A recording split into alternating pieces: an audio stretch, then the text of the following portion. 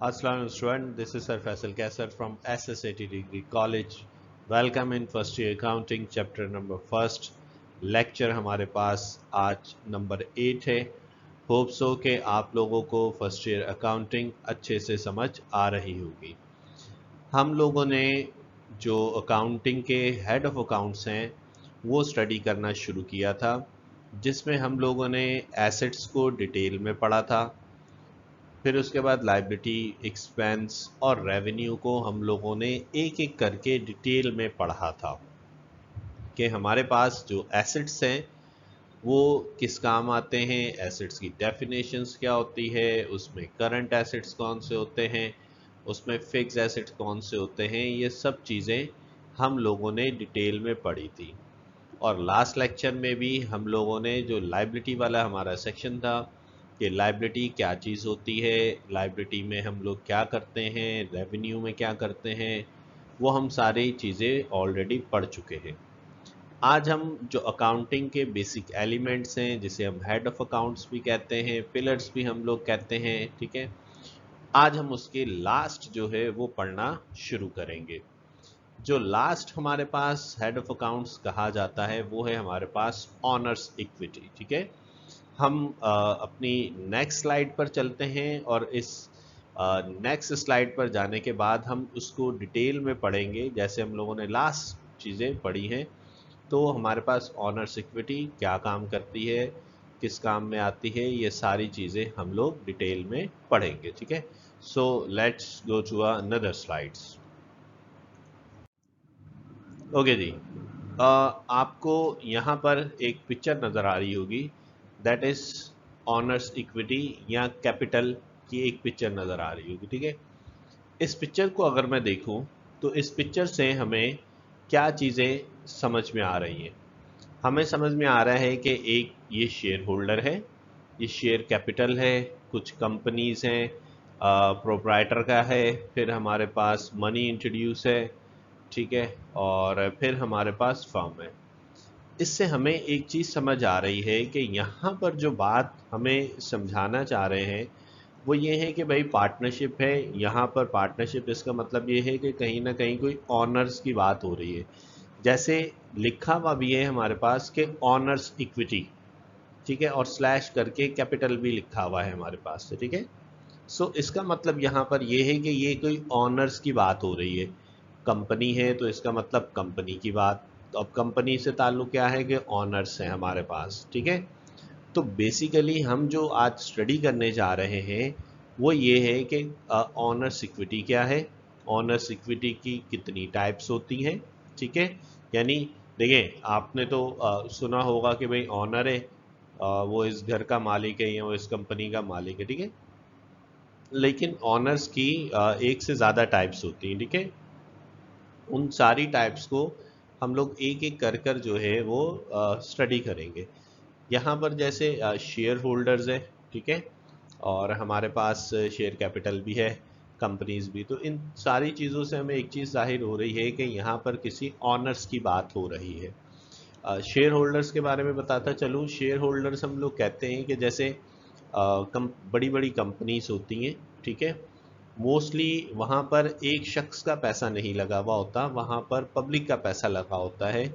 यानी कंपनी में लोगों का पैसा लगा होता है इस मकसद के लिए कि जब हम कंपनी में पैसा लगाएंगे, कंपनी को कोई मुनाफा होगा, कोई प्रॉफिट होगा, कोई ग्रोथ होगी, तो वो कंपनी क्या करती है, उन लोगों को वो मुनाफा शेयर्स देते हैं जिन लोगों ने उनकी कंपनी में पैसा लगाया होता है. और जो लोग पैसा लगाते हैं उसको उनको हम लोग क्या कहते हैं, शेयर होल्डर्स कहते हैं. ठीक है, तो जो जितना ज़्यादा पैसा लगाता है उस कंपनी में उन लोगों का, उस शख्स का, उतना ही असर और रसूख जो है बढ़ता शुरू हो जाता है. ठीक है, सो हम देखते हैं कि हमारे पास ऑनर्स इक्विटी की कितनी टाइप्स है. ठीक है, सबसे पहले हम डेफिनेशन देख लेते हैं कि honours equity the axis of assets over liability. ठीक है, ये बात नोटिस करनी है आप लोगों ने कि यहाँ पर जो बात हाईलाइट की जा रही है, ठीक है, कि एक्सिस ऑफ एसेट्स, ठीक है, ओवर लायबिलिटी। ठीक है, ये हमारे लिए बात इंपॉर्टेंट है। ठीक है, मैंने हाईलाइट भी कर दी है आपके सामने। The excess of assets over liability, assets की डेफिनेशन और उसकी मैंने डिटेल आपको चीज़ें पढ़ाई थी। ठीक है, अब यहाँ पे इन्होंने कहा the excess of assets over liability, यानी एसेट्स की जब मैंने डेफिनेशन पढ़ाई थी तो एसेट्स की डेफिनेशन में मैंने बताया था आपको कि एसेट्स हम उन चीज़ों को कहते हैं, ऐसे रिसोर्सेज को जो आपको फ्यूचर में जाकर कुछ ना कुछ बेनिफिट्स देते हैं। ठीक है, ऐसे रिसोर्सेज। ठीक है, अब वो रिसोर्सेज क्या थे, कुछ शॉर्ट टर्म थे, कुछ लॉन्ग टर्म थे, यानी करंट एसेट्स था और फिक्स एसेट्स था। यानी रिसोर्सेज का मतलब क्या है कि जो आपके पास मौजूद है, जो आपके हैं। ठीक है, तो अब नेक्स्ट क्या था, लायबिलिटी। लायबिलिटी का मैंने क्या बताया था, लायबिलिटी का मैंने बताया था कि जहां पे आपने पेमेंट करनी है, जहां पे अदा करनी है, जहां पे जिम्मेदारी है, उसकी डिस्कशन हम लोगों ने करी थी, जिसमें अकाउंट्स पेबल था, आपके पास नोट्स पेबल था, कहीं पे आपने एक्रूड सैलरीज देनी है, आउटस्टैंडिंग बिल्स हैं, आपके पेमेंट करनी है। तो इन्होंने कहा आसान लफ्ज़ों में कि भाई जो आपके अपने हैं, यानी जो आपकी अपनी चीज़ें हैं, और फिर अगर आपने कोई लायबिलिटी देनी है उसके बाद जो आपके पास बच रहा है, that is called the owners equity. The amount of an owners net investment in a business plus profit from a successful operation which have been retained in the business। अब यहाँ पर क्या हमारे पास डिस्कशन हो रही है कि वो amount of honours net investment in business plus profit from successful operation. ठीक है, यानी हमारे पास जब आप कोई बिजनेस करते हो तो आपके पास कुछ ना कुछ मुनाफा भी होता है, कुछ ना कुछ प्रॉफिट भी होता है, और वो बिजनेस आपका सक्सेसफुली चल रहा होता है। ठीक है, the amount of an owners, यानी वो अमाउंट जो ऑनर्स का है, net investment in a business, यानी बिजनेस में उसने इन्वेस्टमेंट की हुई है, plus profit from successful operation, कुछ उसको कुछ सक्सेसफुल ऑपरेशन के थ्रू मुनाफा भी हुआ है, which have been retained in the business, जो कि बिजनेस में रिटेन होगा, यानी वहां पर ही रहेगा। ठीक है, तो that is called the owners equity. अच्छा, ऑनर्स इक्विटी को जब भी हम स्टडी करते हैं, बी नोटेड के जब बिजनेस का जो पैसा है वो कभी भी घर के मामलात के अंदर जो है वो यूज नहीं होता, यानी आप मतलब मिक्स नहीं कर सकते चीज़ों को। ठीक है, मतलब जो मुनाफा है वो तो डेफिनेटली आप उसको एंजॉय करेंगे, लोग करते हैं। ठीक है, लेकिन ऐसा नहीं कि आप एक ही जगह से सारी चीज़ों को ऑपरेट करो। ठीक है, यानी जो कंपनी के मामलात है घर घर के, और घर के मामलात को कंपनी में नहीं करते। ठीक है, यानी हर एक का सेपरेट एंटिटी है। कंपनी बेसिकली एक अलग, जिसे कहते हैं एक आर्टिफिशियल, हम कह सकते हैं इसको पर्सन के तौर पे, कि भाई वो मामलात अलग हैं। अब घर के मामलात और उनके मामलात को हम मिक्सअप नहीं कर सकते। तो ऑनर्स इक्विटी में हमारे पास एसेट्स ओवर लायबिलिटी, अगर आपके पास एसेट्स ज़्यादा हैं, लायबिलिटी की पेमेंट हो चुकी है, कुछ आपने इन्वेस्टमेंट करी हुई थी, वहाँ से कुछ आपको मुनाफा हुआ है, ठीक है, और बिजनेस के अंदर आपने पैसे लगाए हुए, that is called the owners equity. ठीक है, सो होप सो कि यहाँ तक आप लोग को मेरी बात समझ आई होगी। ठीक है, हम चलते हैं अपनी नेक्स्ट स्लाइड की तरफ। तो यहाँ पर जो है हमारे हेड ऑफ अकाउंट्स जो है वो कंप्लीट हो जाते हैं, जिसमें हमारे पास एसेट है, जिसमें हमारे पास लायबिलिटी थी, रेवेन्यू था, कैपिटल था, एक्सपेंस था। ठीक है, यहाँ पर आपके जो हेड ऑफ अकाउंट्स है वो क्या हो जाते हैं, वो कंप्लीट हो जाते हैं। ठीक है, सो हम चलते हैं अपनी नेक्स्ट स्लाइड पर, और नेक्स्ट स्लाइड पर देखते हैं। ओके जी, अच्छा सॉरी, नेक्स्ट स्लाइड पे जाने से पहले हम कुछ नेम ऑफ ऑनरशिप देखते हैं कि हमारे पास जो नेम ऑफ ऑनरशिप, यानी किस किस टाइप की हमारे पास ऑनरशिप होती हैं, ये मैंने बताना था आपको। ठीक है, नंबर वन पे क्या है मेरे पास, नंबर वन पे है मेरे पास सोल प्रोप्राइटरशिप। अब ये सोल प्रोप्राइटरशिप क्या चीज़ है, सोल प्रोप्राइटरशिप होती है जिसमें सिंगल ऑनर हो, अकेला आदमी हो, बिजनेस पूरे बिजनेस को एक ही बंदा चला रहा हो। ठीक है, या हम लोग कह सकते हैं एक ही मालिक हो, that is called sole proprietorship single, ठीक है, वन मैन आर्मी जिसे कहते हैं हम लोग, ठीक है, कि वो सारे बिजनेस को अकेला ही हैंडल करेगा, that is called the sole proprietorship. Next देखते हैं, नेक्स्ट हमारे पास है पार्टनरशिप। अच्छा, अब ये पार्टनरशिप में क्या है, पार्टनरशिप का मतलब होता है कि आप एक से ज़्यादा, ठीक है, दो लोग हो जाए और समझे तीन लोग हो गए, चार पाँच छः आठ 10 12 20, ठीक है, तो उन लोगों ने मिलकर कोई काम करना शुरू करा, तो इसका मतलब क्या हुआ कि वो सारे ही ऑनर्स कहलाएंगे, ठीक है। और उस ऑनरशिप को जो हम लोगों ने नाम दिया हुआ है वो क्या है, उसका नाम, वो हम लोगों ने नाम रखा हुआ है पार्टनरशिप, ठीक है। सो यहाँ तक आपको दो मैंने आपको ऑनरशिप पढ़ाई है। इसके बाद थर्ड हम लोग देखते हैं कि थर्ड क्या है।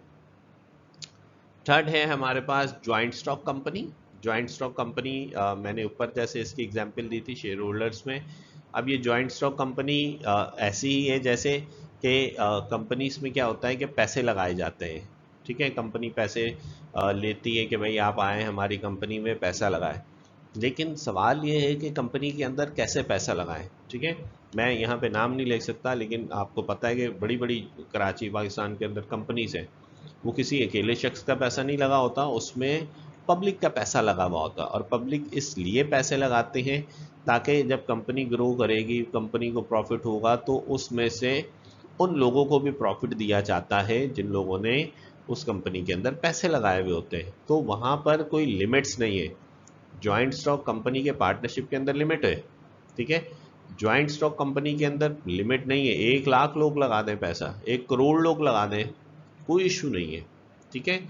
तो ये हमारे पास ऑनरशिप की अ, उसकी हमारे पास टाइप्स थी, जो कि हमारे पास 3 टाइप्स है, single partnership, sorry single proprietorship, second पे है मेरे पास पार्टनरशिप, और थर्ड पर है मेरे पास ज्वाइंट स्टॉक कंपनी, जहां पर मिलकर बहुत सारे लोग पैसा लगाते हैं और वहां से प्रॉफिट हासिल करते हैं, ठीक है। सो होप सो कि आप लोगों को यहाँ तक समझ आया होगा। हम चलते हैं अपनी नेक्स्ट स्लाइड पर, ठीक है। और जो हमारे पास नेक्स्ट स्लाइड है, नेक्स्ट स्लाइड बहुत इम्पॉर्टेंट है, ठीक है, और हम इसको अच्छे से स्टडी करेंगे कि हमारे पास जो है वो क्या है। अच्छा, मैंने जो हेडिंग लगाई हुई है वो हेडिंग है मेरे पास अकाउंटिंग इक्वेशंस की, ठीक है, दैट इज अकाउंटिंग इक्वेशन। आप लोगों ने पढ़ी होगी अकाउंटिंग इक्वेशन, ठीक है, और वो अकाउंटिंग इक्वेशन मतलब आप लोगों ने फिज़िक्स वगैरह में, ठीक है, बहुत सारी इक्वेशंस पढ़ी हैं, मैथ्स में इक्वेशंस पढ़ी होंगी, ठीक है। लेकिन यहाँ पर अकाउंट्स में भी इक्वेशंस होती हैं, ठीक है, और वो इक्वेशन आपके सामने मैंने लिखी हुई है, ठीक है, और इसको अच्छे से याद कर लेना है, एग्जाम्स में एमसीक्यूज में आपसे पूछी जाती है, ठीक है। अब इक्वेशन क्या है ये समझिएगा। इक्वेशन है हमारे पास के एसेट्स में से अगर हम liability, sorry, asset is equal to liability plus equity, ठीक है, ये आपको समझ आ गई होगी कि एसेट्स जो हैं वो बराबर हैं, अगर लाइबिलिटी और इक्विटी को हम लोग प्लस कर लें तो वो बराबर किसके आ जाते हैं, वो एसेट्स के बराबर होते हैं, ठीक है। अच्छा, इसके हम फर्दर क्वेश्चंस भी करेंगे, इसको हम लोग प्रूफ करके दिखाएंगे कि ये कैसे पॉसिबल है, ठीक है। जैसे मिसाल के तौर पर हम एग्जाम्पल शुरू करते हैं, ठीक है। अच्छा, इसमें सबसे पहले क्या है, इक्विटी, ठीक है। अच्छा, इक्विटी में ये इक्विटी है, ठीक है, और ये हमारे पास लाइबिलिटी, ठीक है। अच्छा, इक्विटी में क्या है कि जो आपके ऑनर्स के पैसे हैं, ठीक है, ऑनर्स के पैसे हैं, ठीक है, वो आपके इक्विटीज है जो आपने बिजनेस में पैसे लगाने हैं, ऑनर्स में पैसे आपने लगाने हैं, ठीक है। अच्छा, हाँ, हम एक एग्जांपल ले लेते हैं, जैसे मिसाल के तौर पर कि मेरे पास, मैं बिजनेस करना चाह रहा हूँ, ठीक है, उस बिजनेस में मुझे, मेरे पास 7 लाख रुपए हैं, ठीक है, लेकिन उस जो बिजनेस मैं करना चाह रहा हूँ वो 10 लाख का बिजनेस है, ठीक है। यूँ समझें कि भाई मैं कोई स्कूल वैन खरीदना चाह रहा हूँ, ठीक है, तो उसके लिए मुझे 10 लाख चाहिए ताकि मैं अच्छी सी कोई वैन खरीद सकूँ। अब मेरे पास जो पैसे हैं यानी मेरे पास जो इक्विटी है, ठीक है, मेरे ऑनर यानी मैं मालिक हूँ, ठीक है, तो मेरे पास जो पैसे हैं वो है 7 लाख रुपए। अब गाड़ी आनी है 10 लाख रुपए की। अब जाहिर सी बात है 7 लाख और 10 लाख में फर्क है। तो मैंने क्या करा, अपने जानने वाले से कहा, मैंने कहा कि यार मुझे कुछ पैसे उधार दे दो, ठीक है, या बैंक से पैसे उधार ले लें या किसी भी इंस्टीट्यूट से ले लें। अब जब उधार पे लिए चीज़, ठीक है, तो उधार पे लिए हुए पैसे को क्या करना है, हमें वापस करना है। और उस चीज़ को हम लोग कहते क्या हैं, उस चीज़ को हम लोग कहते हैं लाइबिलिटी, ठीक है, उस चीज़ को हम लोग क्या कहते हैं, लाइबिलिटी कहते हैं, ठीक है। मेरे पैसे इक्विटी और जिससे मैंने पैसे उधार लिए हैं उसको हम लोग क्या कहेंगे, लाइबिलिटी। लाइबिलिटी इसका मतलब मैंने उर्दू में बताया था, लाइबिलिटी का मतलब होता है कि आपके ऊपर जिम्मेदारी है और जब वक्त आएगा आपने क्या करना है, उसे वापस करना है। ठीक हो गई बात। अच्छा, तो अब इस सूरत में क्या है हमारे पास कि उस सूरत में हमें एक जाहिर सी बात है, मैंने कहा कि वैन खरीदनी है। अब वैन में क्या था, 7 लाख मेरे लगे हुए थे और 3 लाख मैंने किसी और से पैसे ले लिए कैश में और मैंने एक वैन खरीद ली। अब जब मैंने वैन खरीदी तो आप लोगों को बताया था कि वो वैन क्या है, वो एसेट है। लाइक हम लोगों ने स्टडी करा था, बिल्डिंग, मशीनरी, इक्विपमेंट, कार, ठीक है, ये सारी चीज़ें क्या हैं, ये सारी चीज़ें हैं हमारे पास एसेट्स। तो वो मैंने क्या करा, वो मैंने जाकर वहाँ से वैन खरीदी और वो मेरा क्या बन गया, एसेट। यानी आप ये नोटिस करें कि कुछ मेरे पैसे मिले और कुछ जो है वो मैंने किसी से उधार लिए। इन दोनों पैसों को मिलाया और मैंने क्या खरीद ली, वैन खरीद ली और वो मेरा क्या बन गया, एसेट्स बन गया।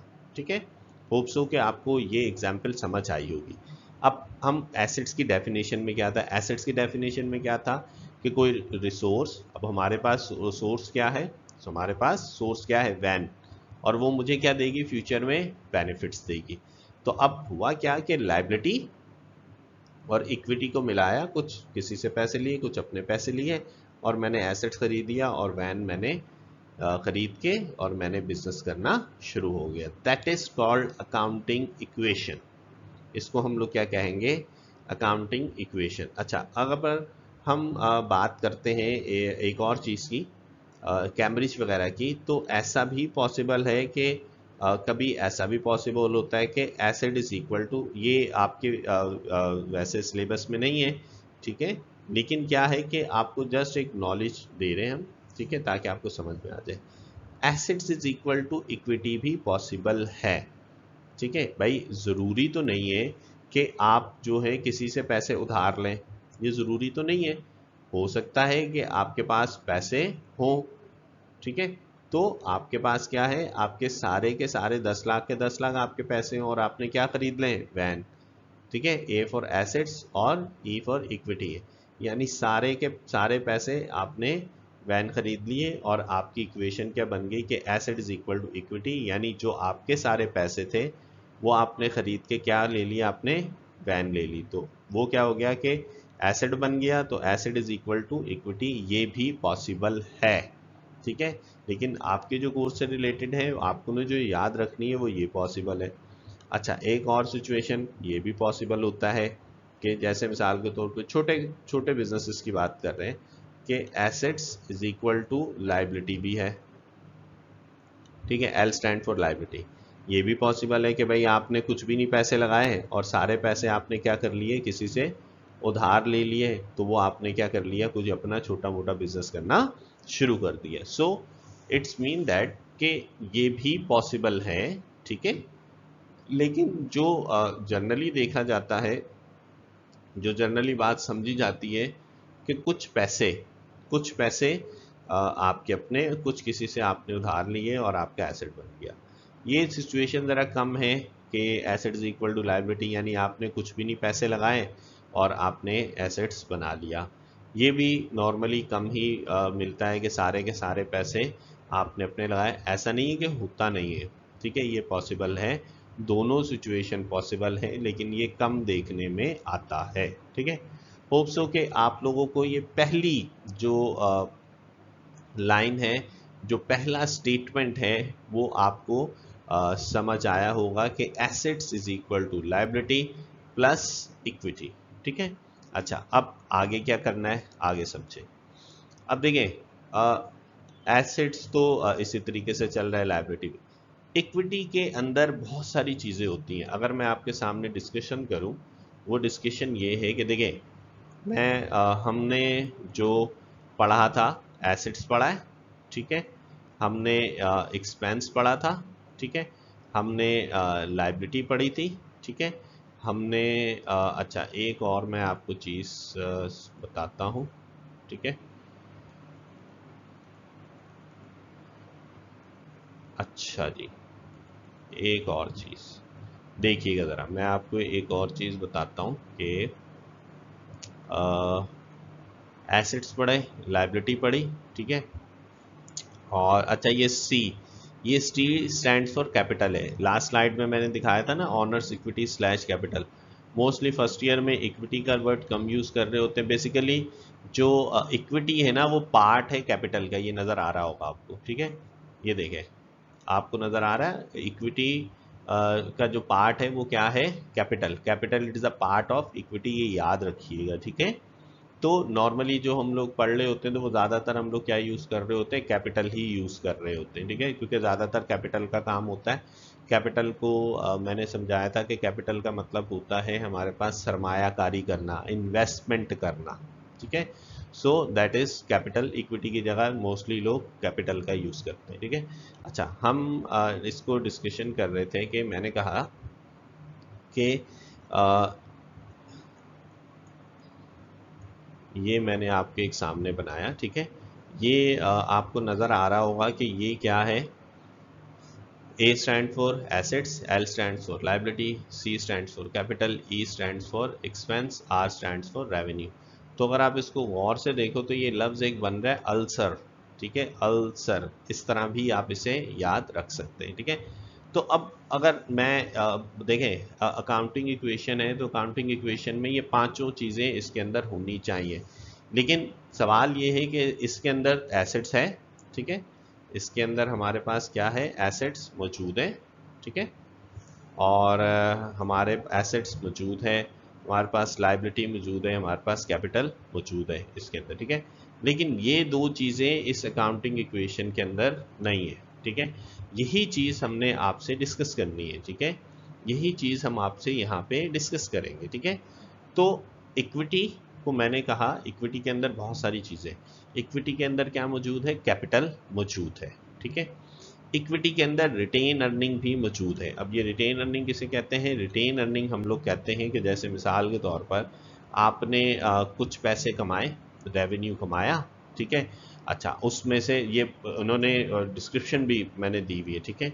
रिटेन अर्निंग का मतलब कि आपने कुछ पैसे कमाए, ठीक है, रेवेन्यू कमाया, उसमें से जो एक्सपेंस था, जो खर्च हुआ, ठीक है। हमने डेफिनेशन पढ़ी थी ना कि भाई रेवेन्यू करने कमाने के लिए आपको डेफिनेटली एक्सपेंसेस तो होते हैं ना, अपनी कंपनीज को चलाने के लिए पैसा कमाना है तो लोगों को भी कुछ देना पड़ेगा, सैलरीज देंगे, लोग काम करेंगे आपकी कंपनी के लिए तो ही मुनाफा होगा। तो रेवेन्यू में से एक्सपेंस को क्या कर दिया, माइनस कर दिया। जब रेवेन्यू में से एक्सपेंस को माइनस कर दिया, और डिविडेंड, डिविडेंड क्या चीज़ है, डिविडेंड मैंने अभी लास्ट लेक्चर में ही आपसे डिस्कस कर रहा था कि जब लोग पैसे इन्वेस्ट करते हैं कंपनीज के अंदर, जब पैसे कंपनीज के अंदर इन्वेस्ट करते हैं तो इस मकसद के लिए करते हैं कि उनको कुछ ना कुछ मुनाफा होगा, उनको कुछ ना कुछ फ़ायदा होगा। उस फायदे का जो नाम है ना, उस फायदे का नाम है डिविडेंड, ठीक है। लोगों को जो प्रॉफिट दिया जाता है, जो मुनाफा दिया जाता है, उसका नाम जो है वो क्या है, डिविडेंड उसे कहते हैं। तो अब अगर इसको सादा लफ्ज़ों में मैं समझाऊं तो कोई कंपनी थी, यानी समझ लें आपकी कंपनी थी, लोगों ने पैसा लगाया हुआ था, आपने कुछ रेवेन्यू कमाया, उसमें से जो खर्चे हुए, कुछ सैलरी का खर्चा हुआ, कुछ एडवर्टाइजमेंट का खर्चा हुआ, कुछ ट्रांसपोर्टेशन का खर्चा हुआ, कुछ रेंट का खर्चा हुआ, वो दे दिए। फिर आपने उसमें से माइनस करे वो पैसे, जो प्रॉफिट जो आपने लोगों को देना था, क्योंकि लोगों ने आपकी कंपनी में पैसे लगाए हुए थे, तो आपने वो पैसे भी उनको दे दिया। इन दोनों चीज़ों को माइनस करने के बाद जो चीज़ बचती है उसको हम लोग कहते हैं रिटेन अर्निंग। रिटेन अर्निंग को अगर मैं अल्फाज में बोलूँ, रिटेन रिटेन का मतलब होता है होल्ड करना, रोकना, रखना, जमा हो जाना, रिटेन हो जाना, अपने पास रखना, ठीक है। तो रिटेन अर्निंग यानी वो अर्निंग जो रिटेन है, हमारे पास है, रखी हुई है, जमा हुई हुई है, ठीक है, that is called retained earning, ठीक है। सो ये पूरी एक अकाउंटिंग इक्वेशन थी, ठीक है। होप सो कि आप लोगों को ये अकाउंटिंग इक्वेशन समझ आई होगी, ठीक है। इन सारी चीज़ों को आपको रिव्यू करना है, बार बार रिव्यू करना है, ताकि आपको जो ये लेक्चर है वो अच्छे से समझ आ सके। अकाउंटिंग इक्वेशन है, अल्सर का मैंने आपको बता दिया है, ठीक है। तो ये आपने सारी चीज़ें अच्छे से याद रखनी है, ठीक है। सो होप सो स्टूडेंट के आपको ये लेक्चर जो है मेरा समझ आया होगा। नेक्स्ट लेक्चर के लिए अल्लाह हाफिज़।